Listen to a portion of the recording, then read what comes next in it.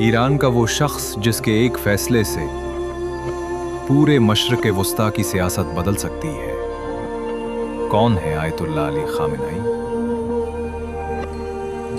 इनकी ताकत कितनी है और आलमी सियासत में इनका असल किरदार क्या है? आज की वीडियो में हम जानेंगे मुकम्मल हकीकत।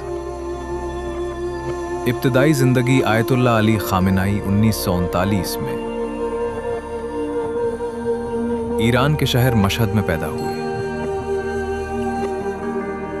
उन्होंने कम उम्री में दीनी तालीम हासिल की और बाद में ईरान के बड़े उलमा में शुमार होने लगे। 1979 के ईरानी इनकलाब में उन्होंने अहम किरदार अदा किया। इक़्तिदार तक का सफर। इनकलाब के बाद वो अहम सियासी ओहदों पर फाइज रहे। 1981 में वो ईरान के सदर मुंतखब हुए और 1989 में ईरान के सुप्रीम लीडर बन गए, जो मुल्क का सबसे ताकतवर ओहदा समझा जाता है। ईरान में सुप्रीम लीडर के पास फौज, अदलिया और बड़ी पॉलिसियों पर मुकम्मल इख्तियार होता है।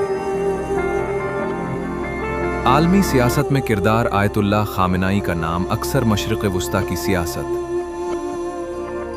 अमरीका से ताल्लुकात और खित्ते के तनाज़ात में लिया जाता है। ईरान की खारजा पॉलिसी में उनका असर सबसे ज्यादा होता है,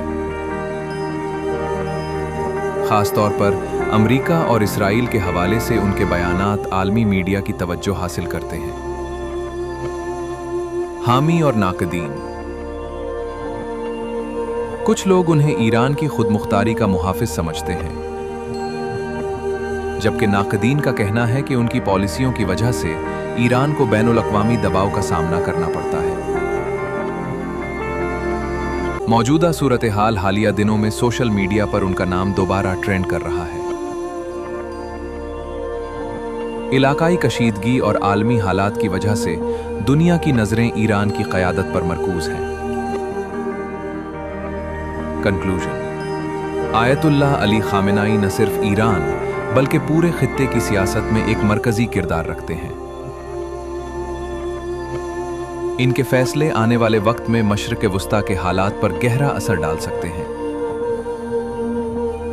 आपकी राय क्या है? कमेंट में जरूर बताएं।